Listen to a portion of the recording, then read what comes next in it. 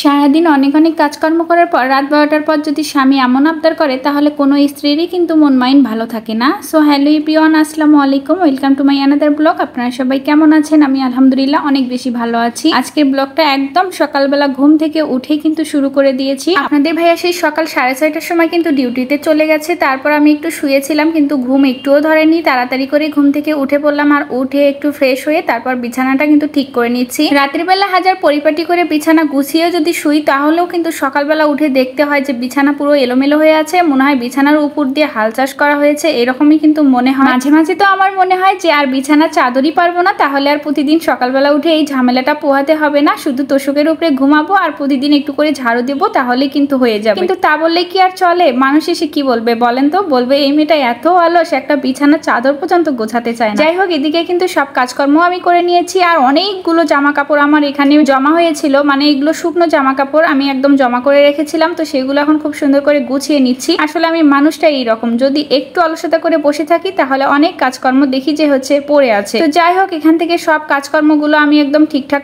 করে নিচ্ছি। আসলে সকালবেলাটা আমার এত ব্যস্ততার মধ্যে কাটে, সকালবেলা উঠে যে একটু ফোনটা চাপাচাপি করবো সেই সময়টাও কিন্তু আমার হয়ে ওঠে না। আর এত বড় বাসা ঝাড়ু দিতে দিতে তো আমার কোমরই ব্যথা হয়ে যাচ্ছে, আর ফ্লোর মুছতে ধরে তো 12টায় বেজে যায় আপনাদের ভাইয়ার। কারণ এই বাসায় আসার পর থেকে কিন্তু আপনাদের ভাইয়াই ফ্লোরটা মুছে দিচ্ছে আমাকে, জানে আমি দিনের বেলায় অনেক বেশি ব্যস্ত থাকি, একটুও টাইম পাই না, যার কারণে আপনাদের ভাইয়া যেদিন করে বাসায় থাকে ও কিন্তু ফ্লোরটা আমাকে মুছে দেয়। যাই হোক, রান্নাঘর সব কিছু একদম পরিপাটি করে নিয়েছি। এবার রান্নাঘরে এসে দেখি তো গতকালের অনেকগুলো আমি থালাবাটিখানে রেখেছিলাম, তো সেগুলো অলরেডি পরিষ্কার করে নিয়েছি, আর রান্নাঘরটা একদম চকচকে ক্লিন হয়ে যাচ্ছে। আমার দেখে কিন্তু খুব ভালো লাগে। রান্নাঘরটাই হচ্ছে মেয়েদের প্রাণকেন্দ্র, এটা যদি ভালো না হয় তাহলে কিন্তু একটুও ভালো লাগবে না। আর এখন আসি আসল কথায়। গতকাল রাত 12টার পর আপনাদের ভাইয়া আমার কাছে আবদার করেছে এখন নাকি মুরগি রান্না করতে হবে আর হচ্ছে পরোটা বানাতে হবে। বলেন তো কেমন লাগে? সারাটা দিন আমি এত পরিশ্রম করি, ভিডিও বানাতে হয়, সংসারের কাজকর্ম, রান্না বান্না তো সেগুলোই থাকে, আবার রাত 12টার সময় বায়না করতেছে, মানে আবদার করতেছে আমাকে এত রাতে মুরগি রান্না করে দাও আর সুন্দর করে পরোটা বানিয়ে দাও মুচমুচে করে। অলরেডি কিন্তু আমি ভাতও রান্না করে রেখেছিলাম, বেচারা তো ভাত কিছুতেই খাবে না। আসলে যখন যেটা আবদার করে আমাকে কিন্তু সেটাই বানিয়ে দিতে হয়, না হলে একদম না খেয়ে থাকবে। আর আপনাদের ভাইয়া না খেয়ে থাকলে কিন্তু আমার রাতে একদমই ঘুম আসে না, সবসময় শুধু ছটপট করতেই থাকি। বেচারা এটা করতে বললো, এটা করতে বললো, আমি তো এটা করলাম না, আমার মানে ঘুমই ধরে না, আমার ভালোই লাগে না। যাই হোক,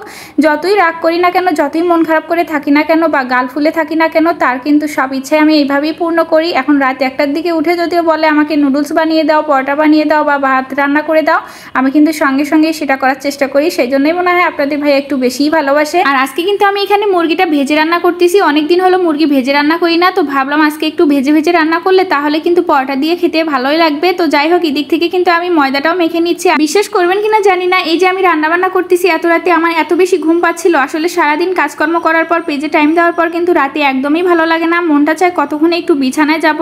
আগে হচ্ছে আমি সব সময় রেস্ট নিতাম, আর এখন তো রেস্ট নেওয়ারই টাইম পাই না। যারাই পেজ চালায় তাদেরই কিন্তু এই কষ্টটা হয়ে থাকে। যাই হোক, এদিক থেকে কিন্তু আমার সব রান্নাবান্নাই কমপ্লিট, মানে পরোটাগুলো ভেজে নিয়েছি আর মুরগি রান্না তো আগেই হয়ে গিয়েছে। এত রাতে এত রাগ করার পরেও যে আপনাদের ভাইয়াকে আমি রান্নাবান্না করে দিলাম, বেচারা কিন্তু মহা খুশি হয়ে গিয়েছিল। যাই হোক, রাতে তো খাওয়া দাওয়া করেছে। আর এই যে এটা হচ্ছে আজকের আবার ব্লগ। সকালবেলা অনেক কাজকর্ম তো আপনাদের দেখিয়েছি আগে, তো ওগুলো কাজকর্ম করার পর কিন্তু আমি একটু ফুল গাছগুলোর যত্ন নিয়েছিলাম।